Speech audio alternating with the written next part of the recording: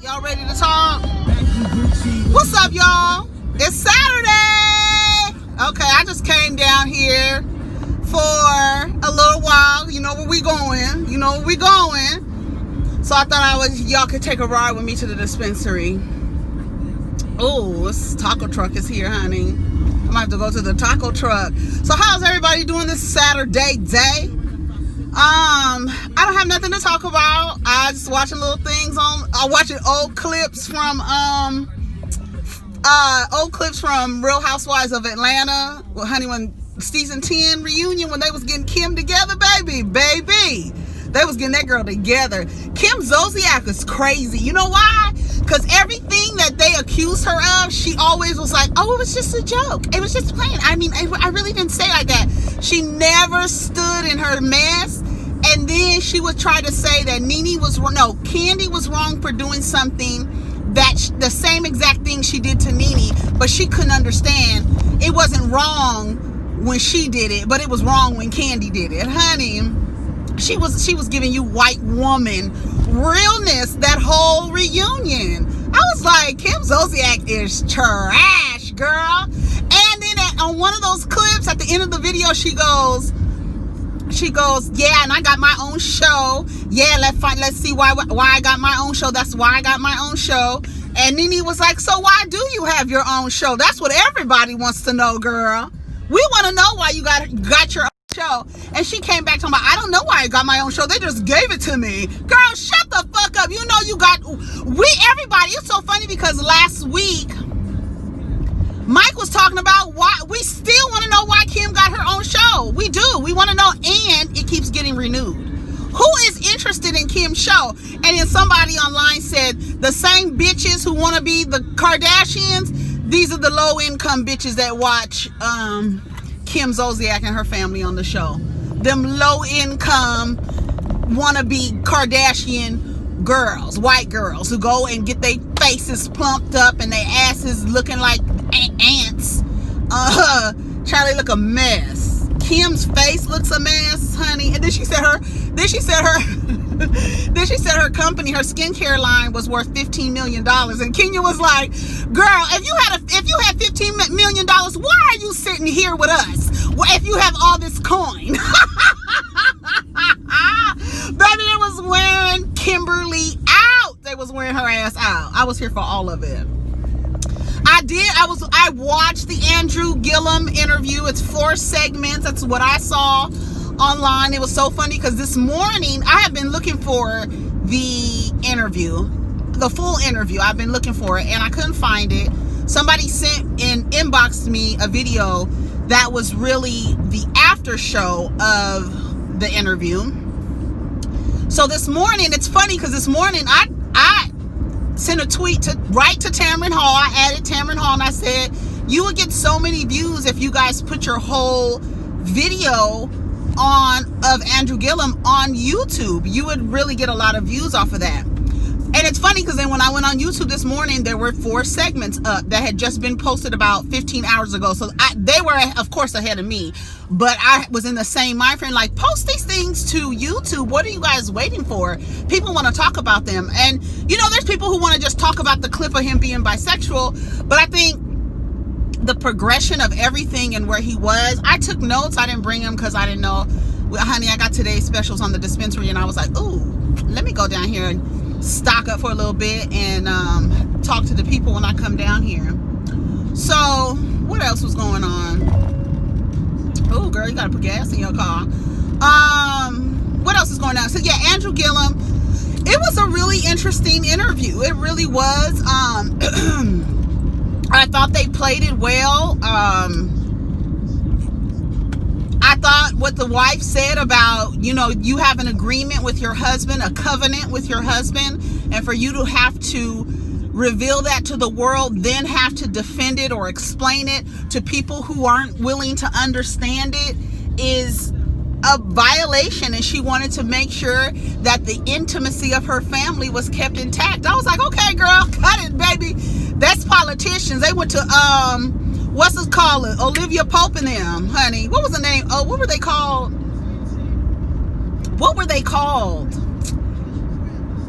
forgot what Olivia Pope and them called themselves. What did they call themselves? I forgot. Not the Crusaders. Oh my God. I can't remember. I loved Huck, honey. I loved his murderous killing ass. But anyways, yes, they had a oh, it's an Amazon Prime location. Okay, look at all the trucks out there. I know they better deliver my stuff today. Okay, so what happened? Andrew Gillum, yeah, so it was good. He really gave really good answers. He said he's not gay, he's bisexual. So what I got, he didn't answer the question or you guys can tell me if you heard the answer, but when she asked him what was the purpose and intent of him going down or going to this hotel room with his quote-unquote friend or his acquaintance who he trusted because the guy was guest praising him or whatever, he never answered that question. He did say he's not gay. He doesn't identify gay. He didn't identify as bisexual. A lot of people said that his wife already knew about it and she was just going to be that political wife. I was watching, I think his name is Secretary of Shade.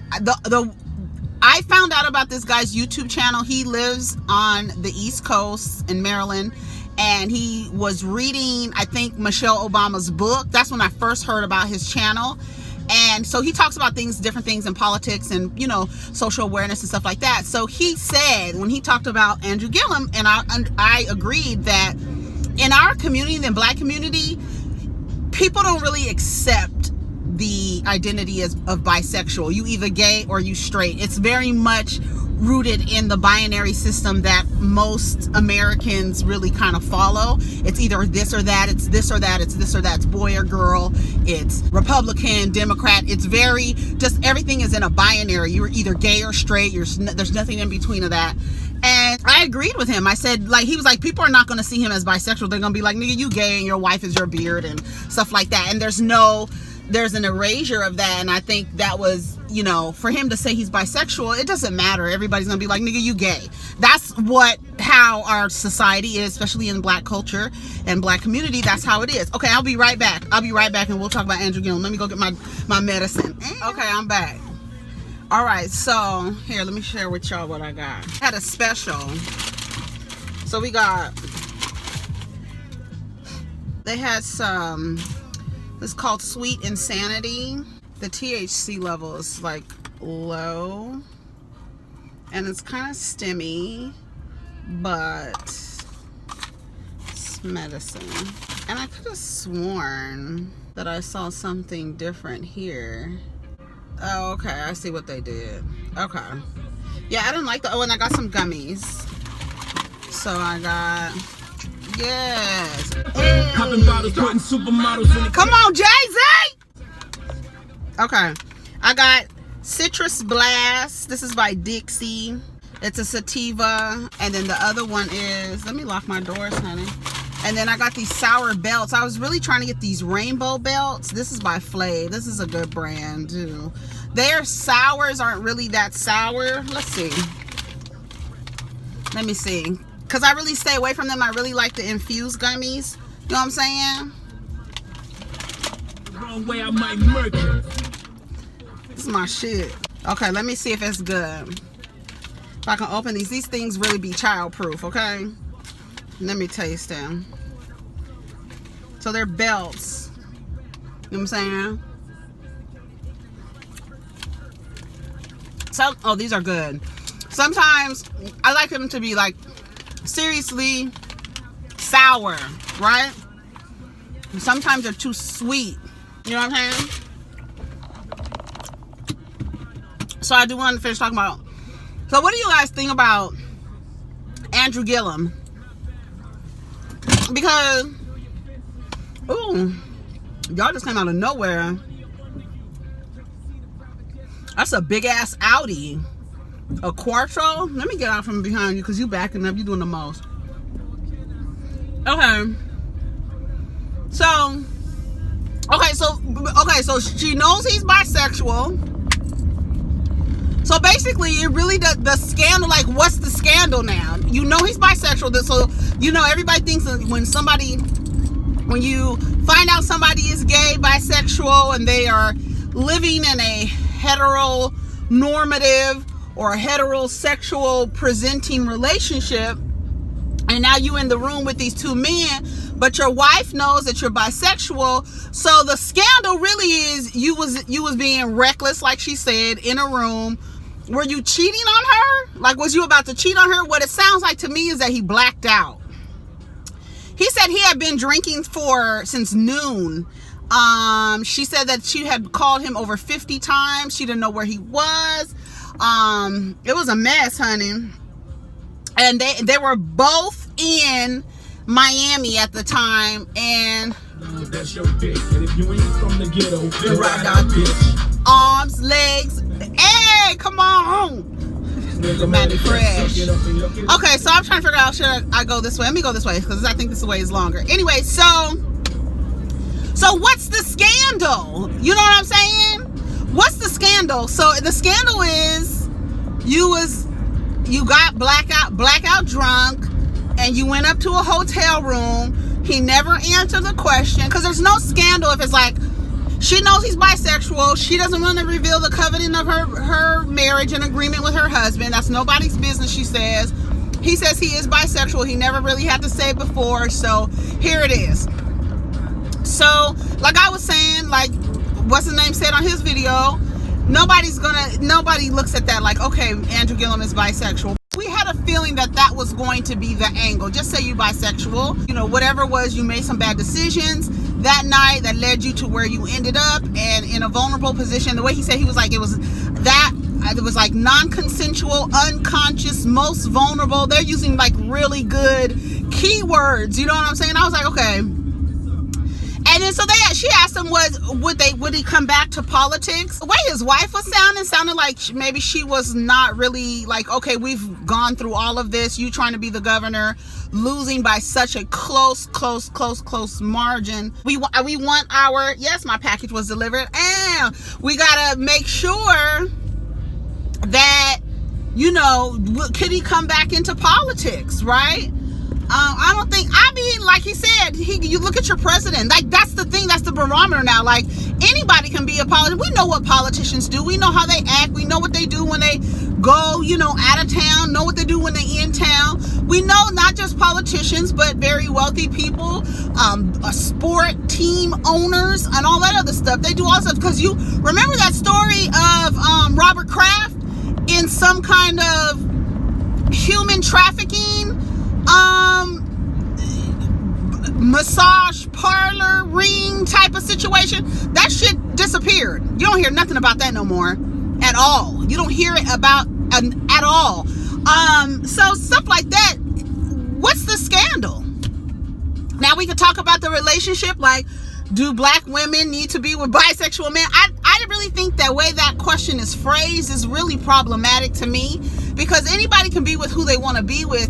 If you keep trying to say, oh, you're opening your options by dating bisexual men, it just doesn't make, to me, it doesn't make sense. Like, I myself don't have a problem with it.